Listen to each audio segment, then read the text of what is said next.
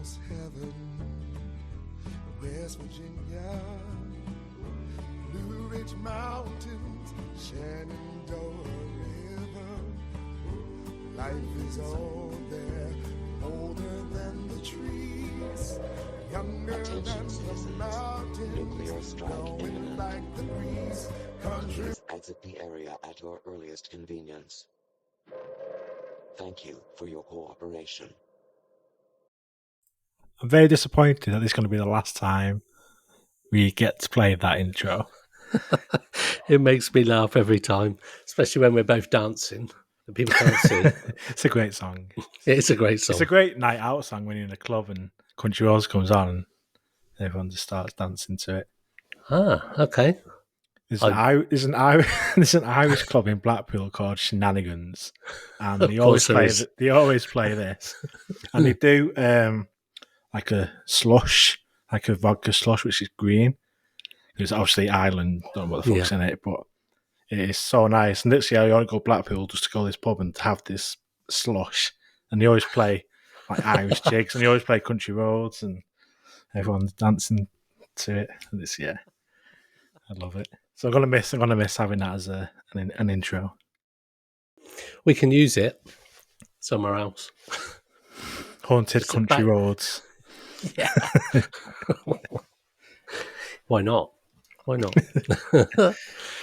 So yeah, as you may gather, this is the last episode of our Fallout 76 Monsters series, based around the cryptids that feature in the Fallout 76 video game, out on PlayStation, Xbox, Steam, whatever.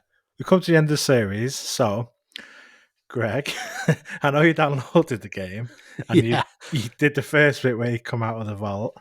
Yeah, you played it since. No, no, very disappointing. The thing is, I can't. The controller's not very good for me. I'm not very good at the controller. And I can't. Oh, it's just like, so I give up. I'm really sorry. I did download it though. Well, but it's there, ready to play. So never say never. Never say never. I've got to come around and I'll play. We'll have a boys' night and we'll play Fallout. Yeah. And you'll see just how far I'm managed to get.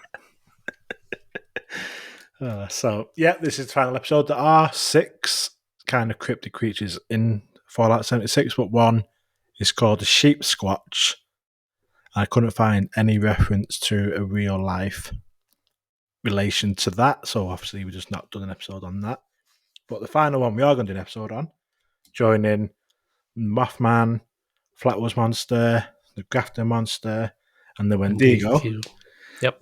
So the last one we're going to talk about is the Snallygaster, the very lovely named Snallygaster. Yes. Yeah. Interesting story behind this, which I'll come on to a bit later.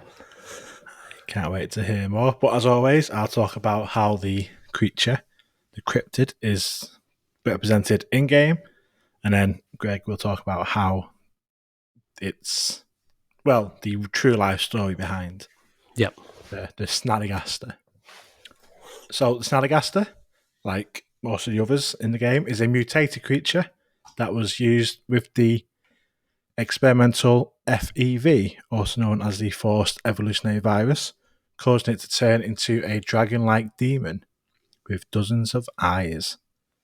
Due to its mutations, this hostile monster prefers to inhabit highly toxic or irradiated areas, as they are innately immune to radiation damage. Therefore, players must be well equipped before searching the habitats of these beasts. Looking at its appearance, the Snallygaster is a fearsome, quadrupedal reptilian-like creature. It has 2 arms with 3 claws each, of which one is an opposable thumb, and 2 small limbs on the back of its body. It has no proper face, but it has a mouth with a long tentacle-like tongue, covered in acid, and has multiple eyes along its back. Not quite as long as Greg's tongue. By the looks of it. Its appearance is similar to a mutated reptile or dinosaur and is known for its agility and ferocity in combat. A Snallygaster uses its tongue like a whip when it's up close. When it's at a distance, it will spit balls of corrosive acid at its enemy. It has at least 40 eyes, 2 rows of teeth, and thorns on its back. It's been described as being a dragon-like demon that haunts an area outside of neighbouring DC. They are easily recognisable from a distance due to their signature clicking noises and the thick, pungent odour they emit. When provoked, they will spit a ball of toxic slime from the mouth which deals poison damage to the player. And it'll either then run up to the character and either scratch it or use its tongue, dealing more damage to the creature, to the enemy.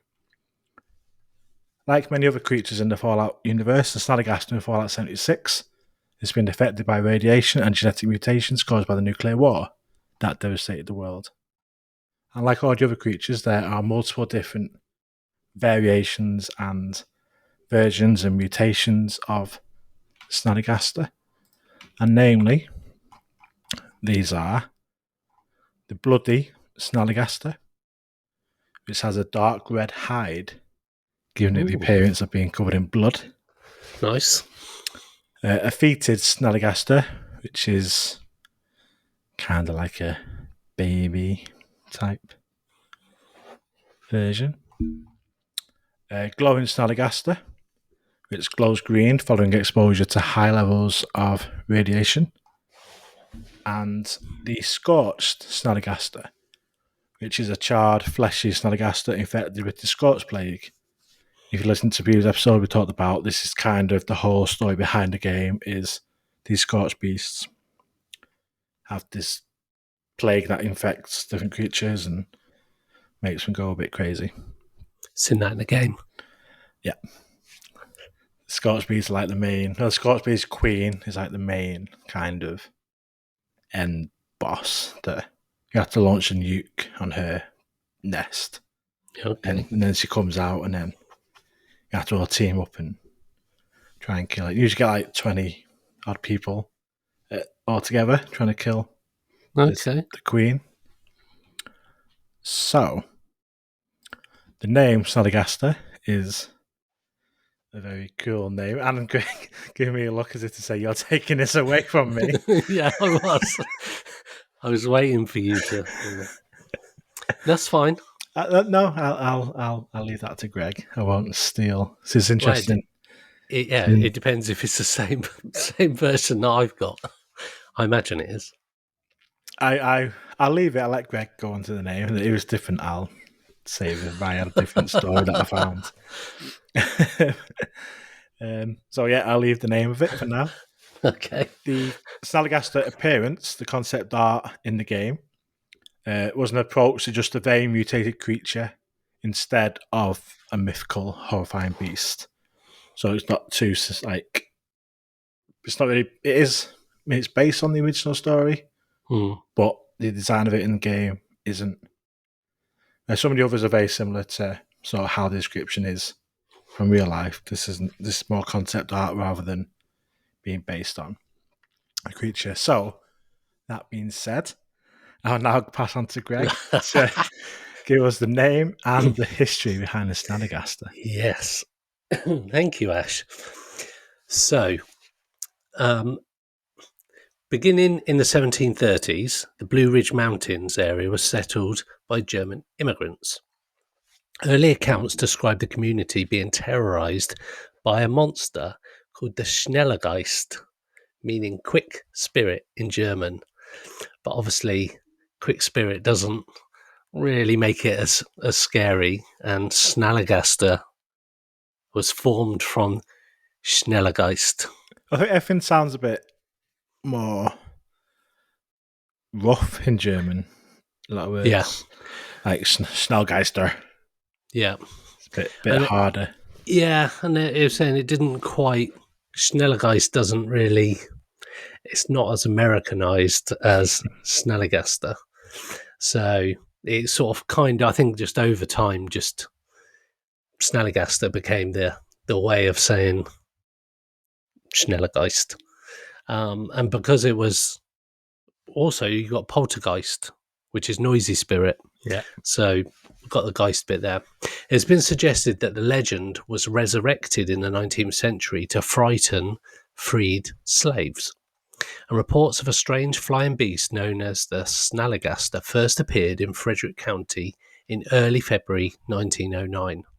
Story was carried prominently in Middleton's Valley Register, a weekly newspaper, for about a month, when the story just mysteriously died. In the early issues... Cover up. What? Cover up. Yeah, conspiracy theory. But as you'll see, the how high this got up in terms of publicity, it got to the highest levels, as I'll come on to. But in the early issues of this newspaper, the flying beast seemed to be everywhere at once: New Jersey, West Virginia, Ohio, and headed this way. It was reported to have created quite a stir in New Jersey, where its footprints were first discovered in the snow. The first person to see it, James Hardin, described it as having enormous wings, a long, sharp beak, claws like steel, and one eye in the middle of its forehead. He said it made a shrill, screeching noise and looked like a cross between a tiger and a vampire.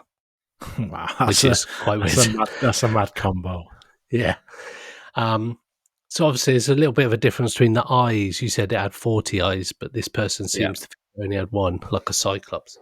A vampire may have been a good description, for it was reported to have killed a man, Bill Gifferson, by piercing his neck with a sharp bill and slowly sucking his blood. It was also seen in West Virginia, country roads, where it almost caught a woman near Scrabble, roosted in Alex Crow's barn, and laid an egg near Sharpsburg, where it was reported some men had rigged up an incubator to try and hatch it. Wow. T.C. Harborough of Casstown, Ohio, wrote a letter to the Valley Register in early 1909 telling of a strange beast that flew over his area, making terrible screeching noises. Harborough described it as having two huge wings, a large horny head, a tail 20 feet long. He said it looked as though it was headed his way. Sure enough, the Snallygaster was first spotted in Maryland by a man who fired a brick-burning kiln near Cumberland. The strange beast was seen cooling its wings over the outlet of the kiln, and when the beast's sleep was disturbed by the man, it emitted a blood-curdling scream and angrily flew away. It was also shot at, sighted in Middletown at Lover's Leap, and seen flying over the mountains between Gapland and Burkittsville, where it was reported to have laid another egg big enough to hatch an elephant. Wow. Yeah. That's a big egg. It is a big egg. Sightings of the Snallygaster were creating such a commotion that at one point it was reported that President Theodore Roosevelt might postpone a trip to Europe so he could lead an expedition to capture it. Wow, I think that's the first one we've had where a president has been involved. Absolutely. And apparently the Smithsonian Institute was also interested in the beast. From the description provided by a sighting in Shepherdstown, West Virginia, they determined the strange beast was in fact the Snallygaster. The last sighting in Frederick County in 1909 occurred near Emmitsburg in early March. 3 men fought the terrible creature outside a railroad station for nearly an hour and a half before chasing it into the woods. I mean, 90 minutes, you're fighting some weird beast. It must be a big beast if eggs could hatch an elephant. But what gets me is, like, each of these reports mentioned about screeching sounds. And there's no internet or anything back then. It was all, if you were in different towns and cities or whatever, I think it was quite hard to get information, I suppose, that you could be sort of influenced by, maybe, but I don't know. The beast was often seen back and forth flying over the area and described as large as a dirigible, with arms resembling the tentacles of an octopus. The creature appeared to be able to change its size, shape, and colour at will. That's pretty insane. Although the creature made no attempt to harm any of the residents of the valley, most people sought safety in their homes when it flew overhead. I mean, yeah, you would. As I you think. would, yeah. All descriptions seem to indicate, again, there was a Snallygaster, last reported in these parts in Maryland on March 5th, 1909. As a life expectancy of a Snallygaster is only about 20 years, I don't know where that information has come from. The most logical explanation seemed to be that the latest sighting was an offspring of the 1909 creature, possibly hatching from one of the eggs it was laid near Burkittsville. Since the Snallygaster appears so rarely, the Middletown Valley Register requested that local residents sighting the creature provide as accurate and detailed description as possible for scientific purposes. Two such residents, Charles F. Martin and Edward M. L. Leiter, were able to provide the necessary information. While driving in a truck on the National Pike just east of Braddock's Heights, they spotted a Snallygaster flying about 25 feet overhead. They thoroughly confirmed the descriptions published the previous week. So maybe they just read the previous paper. Goes, yeah, that's what we saw as well. So there is a bit of a sad end to this, that the Snallygaster finally met its end in a way some might envy. The creature was flying near Frog Hollow in Washington County when it was attracted by the aroma of a 2,500 gallon vat of moonshine. Oh, Jesus. As the beast flew overhead, it was overcome by the fumes, as you would be, and dropped into the boiling mash. You got Short pissed. time later, he got pissed. A short time later, revenue agents arrived on scene. They had received information about the still, but were rather startled at the sight of a dead monster in the vat. Two agents exploded 500 pounds of dynamite under the still, destroying the remnants of Snallygaster and the guy's workshop. A great deal has been written about Snallygaster since 1909. It's appeared in countless articles, Frederick's News Post, other area newspapers. It has also appeared in the Baltimore Sun, National Geographic, and Time magazine. Wow. And in 1976, the Washington Post sponsored an unsuccessful search for the Snallygaster, as well as other strange Maryland creatures. So, upon my researching, it doesn't just appear to be in Fallout 76. So, shooting off slightly, Harry Potter, weirdly, had a dragon-like magical beast known to exist in the New World. It'd been featured in many Muggle newspapers and was as well known that it competed with the Loch Ness Monster. And it was also called Snallygaster. It wasn't originally in the original books, but it was in the Fantastic Beasts. There's mentions of it, and also in the fandom of Harry Potter. Also, a Snallygaster was mentioned on GitHub, and it is a tool to scan for secret files on HTTP servers. But of interest to scholars is the nature of the various tales likely to be invented and not true. Those which were purported and patterned after dragon lore, the absence of Native American influence, and its connection to Pennsylvania Dutch lore, that's why they believe it's all made up, because there's no Native American influence, because the region was once inhabited by Cherokee Indians, Northeast tribe, Native Americans. So who knows? But a frightening creature nonetheless, and one that seemed to appear for a bit, come back, and then's gone.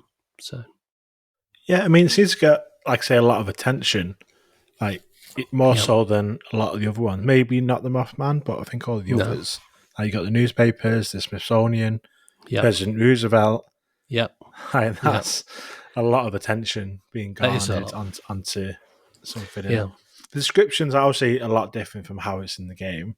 Yeah. Like completely different. And that doesn't attack humans, which was quite interesting. But it did attack that guy, and it looked like a bit of a tiger and a vampire. So who knows? But that was the only sort of report of anybody.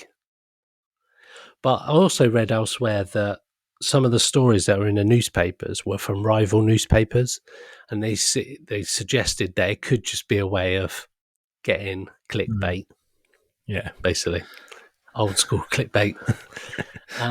Bye, So bait. yeah, but the problem is because it's all back before cameras, all back before like proper forensic evidence. It's a different world back then, and I think stories could probably be embellished a bit.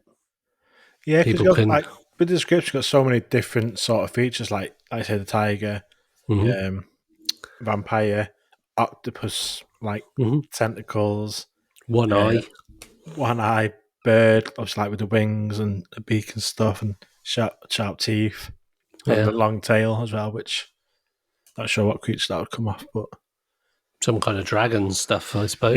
yeah. But yeah, it almost like there's so many different reports that they were just trying to sort of make up what it looked like. So, Mm.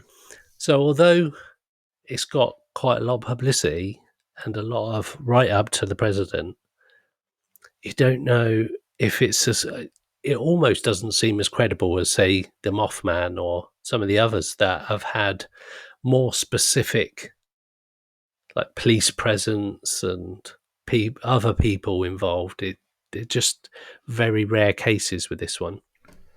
So So it has lasted because there is the Washington DC's biggest outdoor beer festival is called Snallygaster. there is a beer festival, yeah.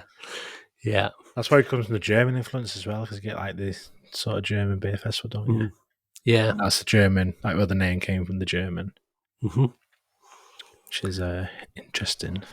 Yeah, so it's one of those stories that appears to, it's got original sort of roots and origins back in the German settlers, but on and off really. Incidentally, the Harry Potter one, it was back in the 1600s or something, so it was alleged, like the story is that it was before the Snallygaster was actually a real thing. So yeah, Interesting.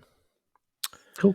Cool, that was great. So, yeah, we guess we'll be signing off our Monsters of Yeah, the Fallout 76 series. yeah, I thoroughly enjoyed my favourite video game, so it's been fun doing a little bit of a dive into some of them creatures. yeah, definitely. No, it's been interesting, and although I haven't played the game properly, I thoroughly enjoyed learning a bit more about the game and the cryptids and how a lot of them are quite close to the real thing and the real story. So, And it does highlight, because like the game is just set in West Virginia, so how, I mean, this is only like a few of the many different cryptids, creatures, folklore yeah, that just comes from West Virginia and the surrounding yeah, area. It's just mad how just one region has so many weird shit going on.